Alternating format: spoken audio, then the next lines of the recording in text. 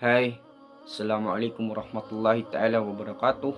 I am Razuluddin M. Nami and I will be discussing to you guys about what is Hukum Syar'i. Overview of Hukum Syar'i. So, Hukum Syar'i translates to Islamic rulings, no? Legal rule, no? It refers to the body of rules and regulations that guides Muslims towards their daily lives. So when you say Hukum Syar'i, automatically Islamic legal ruling. It serves as the backbone of Islamic life, fostering a deep connection with Allah subhanahu wa ta'ala. So what is the core essence of this Hukum Syar'i, no? Of course, like I've said, we could have divine communication, no? Hukum Syar'i is essentially a communication from Allah subhanahu wa ta'ala, relayed through the Quran and the Sunnah of the Prophet Muhammad sallallahu alaihi wasallam. These rulings define what is obligatory for what is mandub or recommended, what is permissible, mubah, dislike, makruh, and what is haram or forbidden in Islam and for us Muslims, no? So hukum translates as rule, no? From hukum itself, one word, no? Hukum translates into rule, command, or a decree, no? While the Sharia refers to Islamic law. So Hukum Syar'i is a ruling derived from Islamic legal principles. So there are also elements about Hukum Syar'i, no? The four elements that we need to know. First is the lawgiver, Hakim. The Allah subhanahu wa ta'ala is the ultimate source of Islamic law. Second, us Muslims, the subject, the mahkum alay, the person whom the ruling applies. And then the act, the mahkum fi, no? So this mahkum fi is the specific actions and situations that the ruling addresses, no? And also lastly is the ruling itself, the hukum, the actual legal judgment which can be obligatory, prohibited, recommended, disliked, or permissible, like I've said earlier, no? So there are also two categories of Hukum Syar'i, no? There are two different ways to classify Hukum Syar'i. So let's tackle about this, no? We have hukum taklifi, prescriptive rulings, no? These define a person's obligations in various situations. They can be mandatory, fard, like I've said, those fard, haram, mandub, makruh, and also mubah.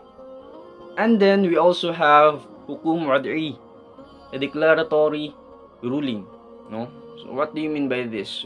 These are neutral statements about the nature of things, like fire burning or water being pure, no? Some scholars debate the existence of this category as a separate type of Hukum Syar'i. So guys, ano nga bang kahalagahan? Ano nga bang importance? What's the significance about studying Hukum Syar'i?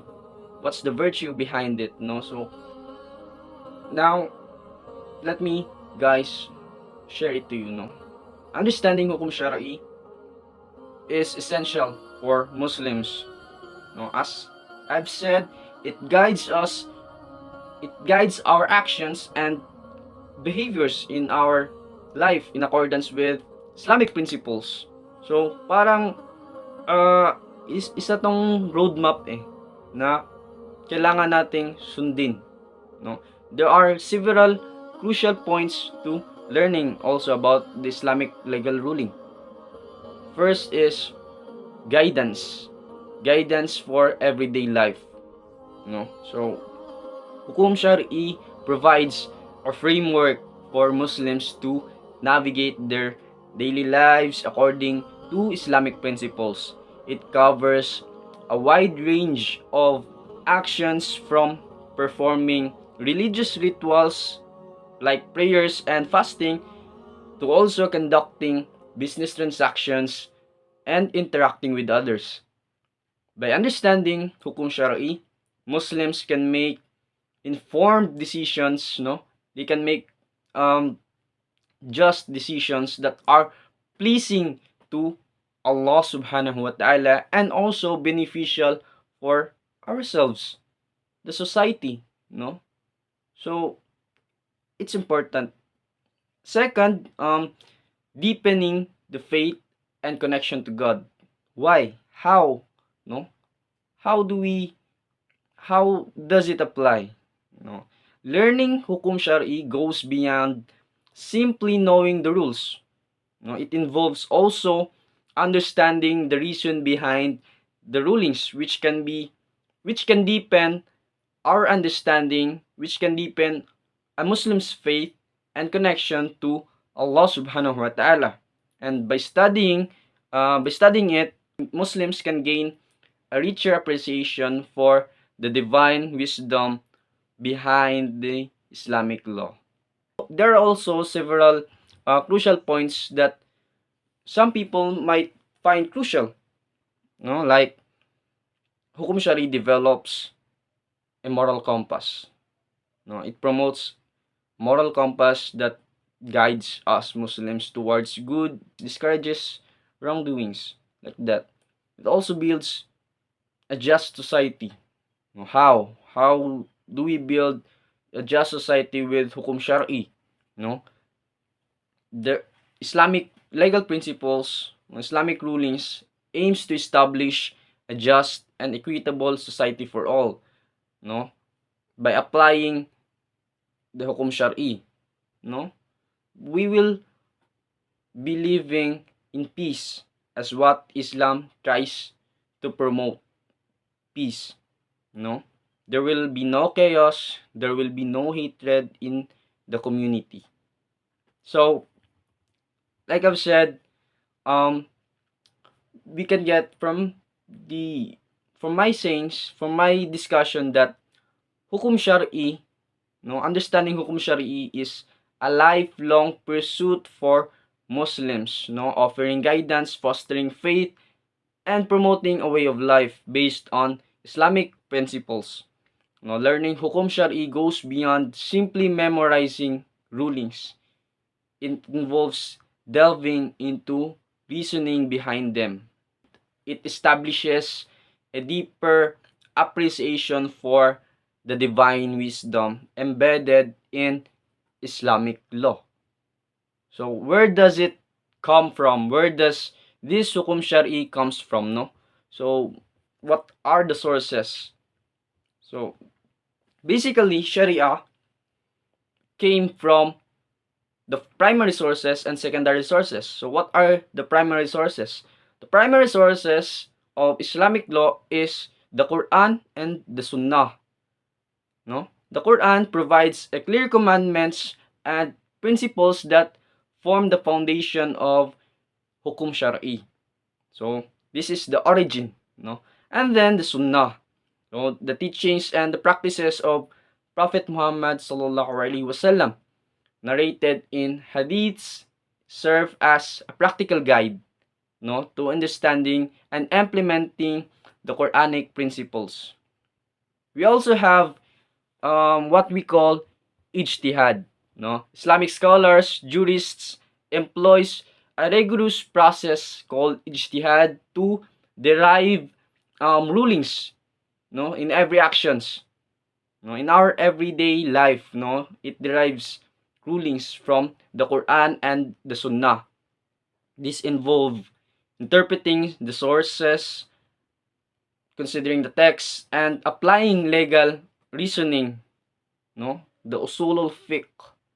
And then Lastly, we also consider the madahibs, the schools of thought, no?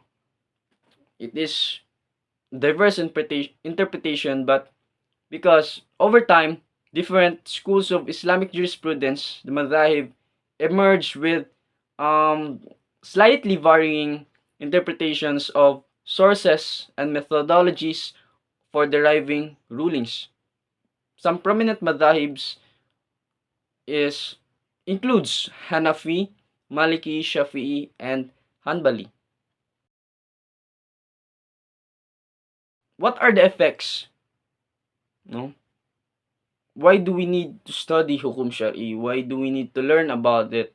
No, why do we need to also learn about the effects? Hukum syar'i affects our way of life, no? By applying hukum syar'i, we will be living by Islamic principles, no? It offers a roadmap. Like I've said earlier, it offers a roadmap for Muslims to navigate their life according to Islamic values. It covers everything from religious rituals like prayers, zakah, sunnah, fasting, social social interactions also, no? Business transactions, and even personal hygiene. Like, no, it covers a lot of fields, no? Cleanliness is half of faith, so personal hygiene is necessary. And then we will be also attaining the divine pleasure. How? No, by following the hukum syar'i. Hukum syar'i is the ultimately about pleasing Allah subhanahu wa ta'ala. By adhering to his rulings, Muslim strive for betterment, for a life that aligns with Allah's will, no? So, and also it also affects our society, no? We will be building a just society. It affects us, no? Naapektuhan na tayo eh. So starting from us and then to others, the domino effect will build a just society. No? Islamic legal principles aims to establish a society built on justice, fairness, and compassion for all of its members. No? So, rulings promotes good deeds, discourages wrongdoings, and protect the individual's rights. And but guys, take note that hukum syar'i has also dynamic application. It's not stagnant, no? Hukum syar'i is not a static set of rules. No, we need to understand that because Islamic scholars emphasizes continuous learning and adaptation of legal principles to discuss new situations and challenges. And we also need to remember that the path to understanding hukum syar'i is a journey, no, not a destination. By consulting reliable sources, no, by seeking guidance and continuously learning, you can gain a deeper knowledge or deeper understanding of Islamic law and also its application to real life situations, our lives, like rulings on prayer, fasting, hygiene, and social interactions. And also through this, we can then apply hukum syar'i to modern issues, contemporary issues, no? Issues that are currently happening right now, no? Exploring how Islamic legal principles are applied to address modern issues like bioethics, finance, and technology. So, that would be all. I hope you guys learned from my discussion. Thank you. That would be all.